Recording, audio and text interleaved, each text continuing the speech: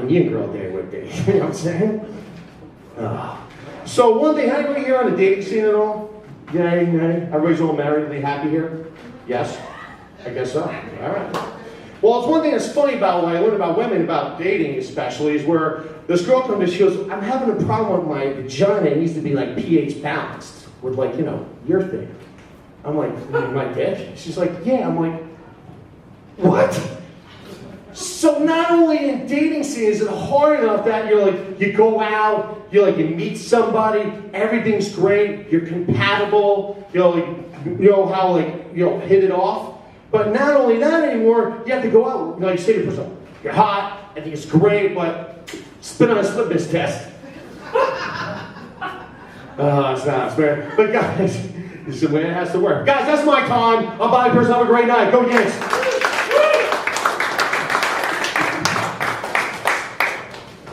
Jesus Christ, he's tall. Hello. Give it for Bobby Pearson, everyone. If anyone follows him on Facebook, all he does is post pictures about how fucking buff he is. He was never always like that. He was like a big guy. And his ex-girlfriend was so fat when she went to Mexico, she brought 7 Mexicans back and didn't even know. That worked. Good crowd. Mexican abuse, yes. Cheating on wives, no. Alright, coming up next is a good friend of mine. He has an art gallery in Asbury Park where he has a lot of music and comedy shows. So if you're ever in Asbury Park, check him out. It's called the Palette Art Space, if I'm correct. And this is Joey B, everybody. Enjoy.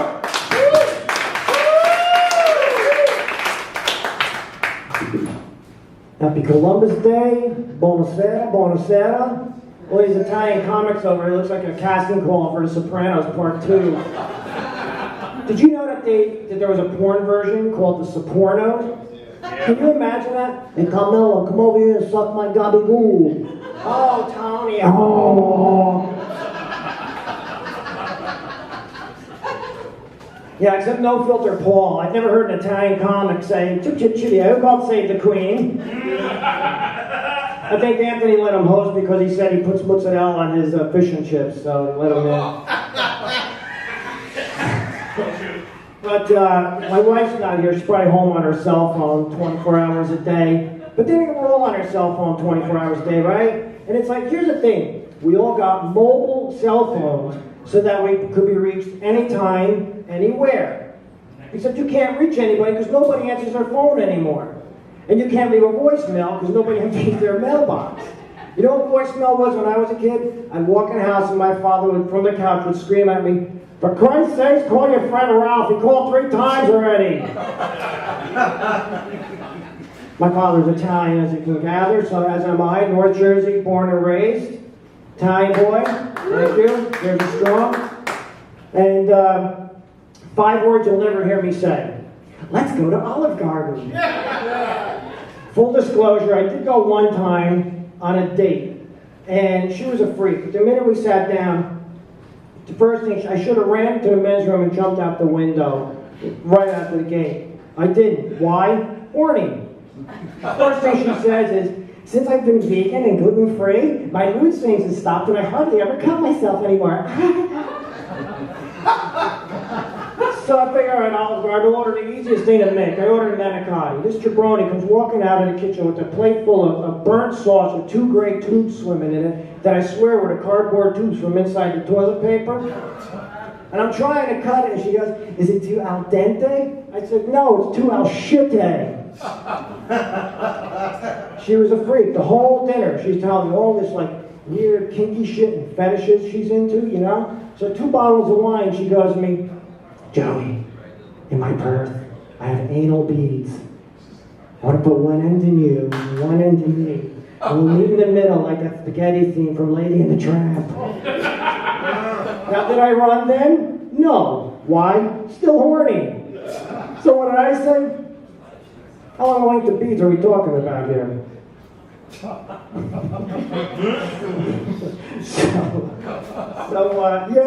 food, you know, that's the thing. Olive Garden is gross, but there's so much nasty food that we like. And we know it's bad for us, but we just like crave it, right? Like, I'm getting older, it's harder to stay in shape. And lately, all I crave is crappy food. I'm like getting as white and mushy as a Mr. Softy cone. It's terrible. But like Cinnabon, right? They should just hand you a syringe filled with butter.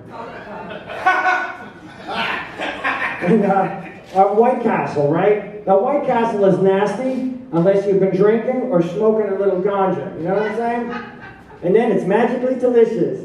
Till about an hour later, when White Castle turns into White Castle. I eat that shit, and about an hour later, I'm so gassed up and walking around my house like a one-man band.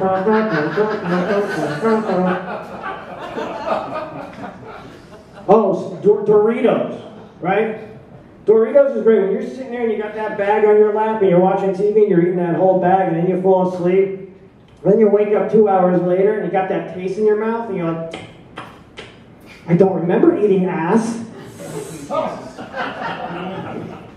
Doritos. Oh, Doritos, yes. So, what else? What else am I going to talk about today? Yeah. Senior moment. So I'm watching, while I'm eating those Doritos, I'm watching TV, and I didn't realize, I guess I left the door open on my kids' room. I got a 4-year-old named Rocco, surprise, surprise, and he must have listened to the whole movie because he starts coming out, I want milk, I want milk. 3 times go by, I said, that's it, no more milk, go back to bed, don't get up again. And he gives me this cold, hard stare. And as he's walking away, I swear to you, he says to his teddy bear, he goes, "Send me Luca Brasi. I'm going to make him an offer he can't refuse." That night I go to bed, I wake up the next morning, I feel something against my leg, I pull down the blankets, he cut off the head of his rocking horse and stuck it next to my leg. I'm no fool, I went into his room, I put a gallon of milk with a long straw and $50 in Chuck E. Cheese tickets and backed away. And he leaned over to crib me and looked at me and goes, "You did good, Fredo. Now send mommy in here with her titties. I'm going to make a manja." All right, thank you, Ms. Great. I'm Joey B.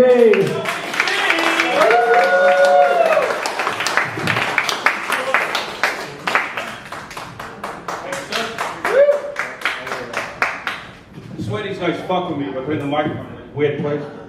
So I recently lost 125 pounds. True story. Yeah, thanks. Appreciate that. That was Joey B's funniest joke of the night. You see that? So I can finally see my dick for the first time in 8 years. I'm so disappointed. On the way out of here, we're hitting the buffet. My wife says to me, she goes, "How much do you love me now you've lost all this weight?" I'm like 6 inches, 7 inches, wear some lingerie, 8 inches, you bring your sister over. Yeah. She thinks I, oh. Did he bring his sister over? Yeah. You want to bring his sister? Don't feel bad. My wife is like the hottest one of the sisters. It's like the fucking Addams family if I have them come over. At least I'll last longer. Maybe 4 or 5. 2 hours after they left, I'll last. So I bought my wife a Fitbit. Anybody here have a Fitbit? Yeah, I said Fitbit. So all she does is sit in the fucking ass all day and dick around on Facebook. Yeah. Do you know what Fitbit tells you how much exercise you've done for the day? I looked at my wife's, it said, "You're in a coma!" One day she forgot to take it. It said, "Congratulations, you've done the most exercise out of the week." She should be 110 pounds. All she does is walk around the house looking for her keys and her phone. She came up to me the other day, she says, "Paul, I'm thinking about trying a high-protein diet." I didn't know that meant she was going to do bukkake! Yes. No one in the front knows what bukkake is. Miss, you know what bukkake is? No. Alright, you're lying. Do you know what bukkake is, miss? I know how you looked at him. You better not know what bukkake is. What the fuck? No. Do you guys know what bukkake is? You know. What bukkake is where there's one girl there and like 20 guys do their business. And they just pile it on. Look, she's like, "What?" You know that thing you used to do 35 years ago that made him marry you? Remember that? Remember that, miss? Look at her, she's looking at me going, I haven't done that shit in 20 years. We're only married 2 years. You're only married? Alright, so why can't you remember? Is that old timers kicking in?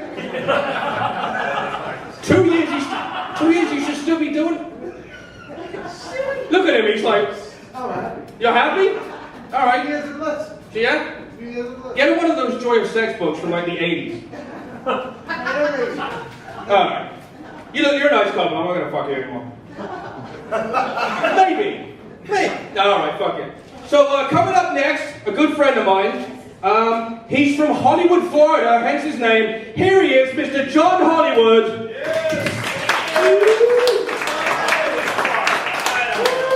Thank you, Paul. Thank you, Paul. I just want to share with you guys. I just lost 125 pounds, and I lost my wallet in England. Oh my God! Thank you, Paul. Thank you. That's good. Yeah, it hurt losing 125 pounds. You know what I mean? I needed a ride. Anyway, how are you guys tonight? I'm not going to do Columbus Day jokes. I'm sure we're sick of that by now, right? Yeah, you know, it's. Let's start off with something I like to do before every show or with every crowd. You know how words hurt people nowadays? Everybody wants to be offended because when you're offended, you get the right to be an asshole, and we all want to be assholes, right? But we can't. We need to be offended first. But here's the problem. When you become an asshole for too long, you turn into a piece of shit. So I don't want to be an asshole, and I don't want to be a piece of shit. So on the count of 3, just yell out the most offensive thing you can think of. And that way I'll know where your head is at, and I won't offend anybody. We won't even talk about that stuff. What do you say? You ready? You think about it for a second. You got it? She's got it. She wants to say it, but she doesn't want to say it because she might offend somebody, but it's okay. I'm giving everybody permission right now, right? 1, 2, 3. No filter, Paul. Yeah, we're not going to talk about that.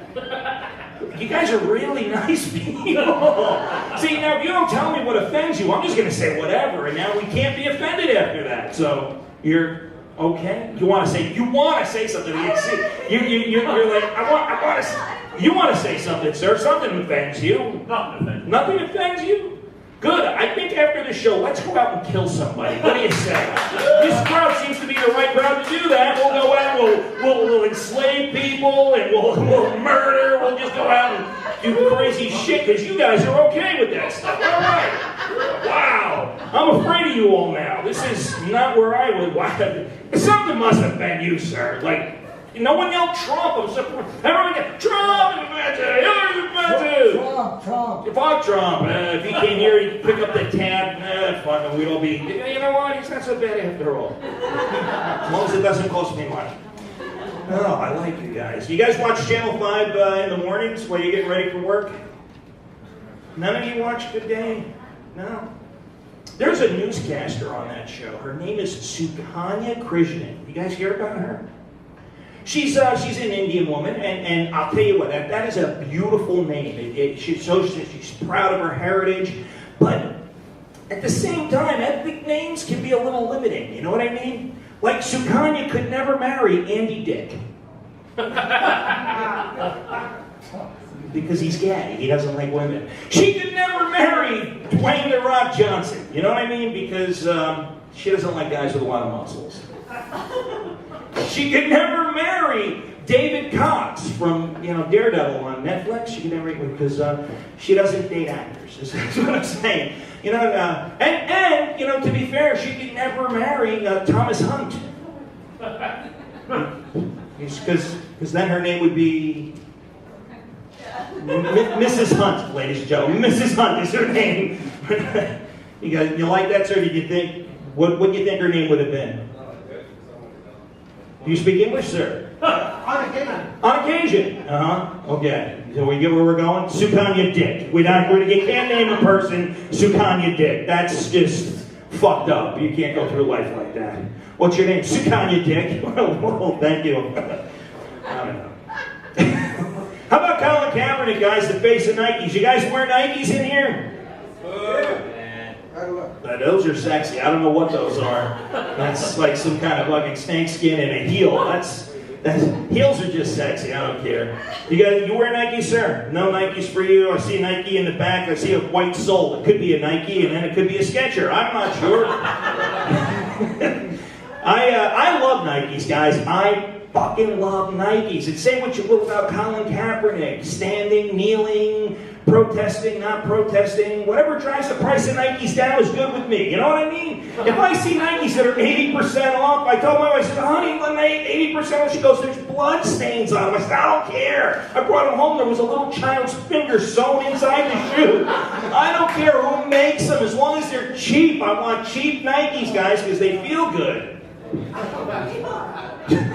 Yeah, I even took that little finger and made a key ring out of it. It's like a good luck charm. It's a little Taiwanese finger. It's beautiful. I'll show it to you after the show. Here's a section of the show I like to call I Don't Want to Say But. I don't want to say Serena Williams looks a lot like a man, but I heard she sat on her balls the other day. She keeps them on the side under her skirt, guys. She slid around. She sat on them. You know what that's like, sir.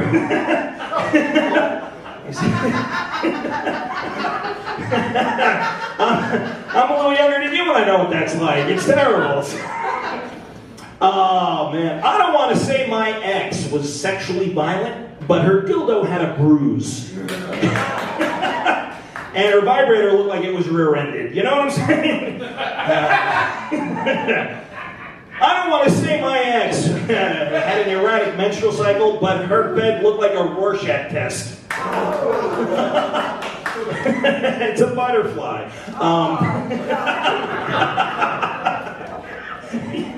You like that? I like that. I don't want to say my ex had a giant bush, but when she took her pants off, it looked like she was wearing a grass skirt. It's a lot of bush, dude. I'm glad you enjoyed that. Yeah. Really? Yeah. I wouldn't say he liked the big bush, he liked the joke. There's a difference. These are jokes, folks. That's what you know how big your bush is going to have to be to look like you're wearing a grass skirt? That's like a deformity at that point, isn't it? I kind of like you folks. I got mistaken for an Uber driver recently. That was a trip. I'm from Jersey, so I drive everywhere. You know, guys, are you guys all from the city, or you guys from Jersey? Where are you guys from? Michigan. You have Uber in Michigan? You ever take one? Driven in Uber? No. It's a weird thing because you're just getting into a stranger's car, basically. You gotta hope the license plate matches up, and you just get in a stranger's car and they take you places. It's crazy, right? I was leaving a club late. It was about 2 o'clock in the morning, and I wasn't really sure how to get home exactly, so I programmed my GPS, and I was plugging my phone in, so, you know, it was dying in case I needed a call. And as I'm mounting my phone on my dashboard, somebody got in the back of my car. Just got in the car. Like, what was it? Like, just got in the car. And to be fair, I should not be an Uber driver. My car is a mess. I've got food wrappers back there, McDonald's contain. I got water bottles, clothes, camera equipment, newspapers. I haven't seen the upholstery in a year. I'm not even kidding. I just got in a car accident. They took my car to fix it. I'm hoping it comes back smelling better. You know what I'm saying? That's how bad that car is, right? And this guy who got in the car said, "Hey, bro, you got to do a better job than this." Who are you, the mess police? Why are you in my car? He goes, "You're not my Uber?" And I says, "Does this even look like an Uber to you?" And he goes, "No, now that you mention it." And as he's saying this to me, his Uber passes my car, drives out into the street, and drives away. And he's like, "Oh no, that was my Uber." I'm like, "Oh well, bro, sucks to be you." He says, "No, you don't understand. It's worse than that." I go, "How could it be worse?" He goes, "My phone is dead. I can't call for another Uber." Now I feel bad for the guy a little bit, right? So I'm like, "Well, where are you going?" He says, "I'm going to Bloomfield, New Jersey." And I'm like, "Well, I live in Nutley. It's the next town over. What's your address?" I pop it in the GPS. It really wasn't out of my way. I told him, "Come on, jump up in the front seat. We'll go." And I felt good about that, you know? I felt like I was helping my fellow man. And I'll tell you what, it really wasn't an inconvenience at all. I made it home just about the same time the GPS said I would have. But this guy really took a long time with the blowjob. You know what I'm saying? Because those are the rules, in case you didn't know, folks. When you need a ride really bad, a dick is getting sucked. Remember that time you had a flat and it was snowing out and you needed a ride home? You know what I mean? It's like, I've never sucked a dick before, but there was that one time I needed a ride. She needed a ride before. I always love telling that joke because you can tell who had to get a ride home once at least. I love you guys. All right, that's my time, guys. I'm glad you had a good time. I had a great time. My name is Johnny Hollywood. It's been an awesome crowd. Happy Columbus Day. Have a great night. Give it up for John Hollywood, everybody. They don't know the fact about John Hollywood. He's so cheap that his Nikes are spelled with 3 E's. Now, you know, I haven't been this embarrassed being in front of you guys since I got caught jerking off at kindergarten. And the teacher said, Caitlin, tell your dad to go home. I'm no further Paul. I want to thank everybody for coming out to the show tonight. We had a lot of fun. I hope you did too. I hope you guys aren't going to fight after it. Yeah. Thank you, thank you, thank you, thank you, thank you. Appreciate you guys. Give yourself a big round of applause. I'm no Dr. Paul. Thank you.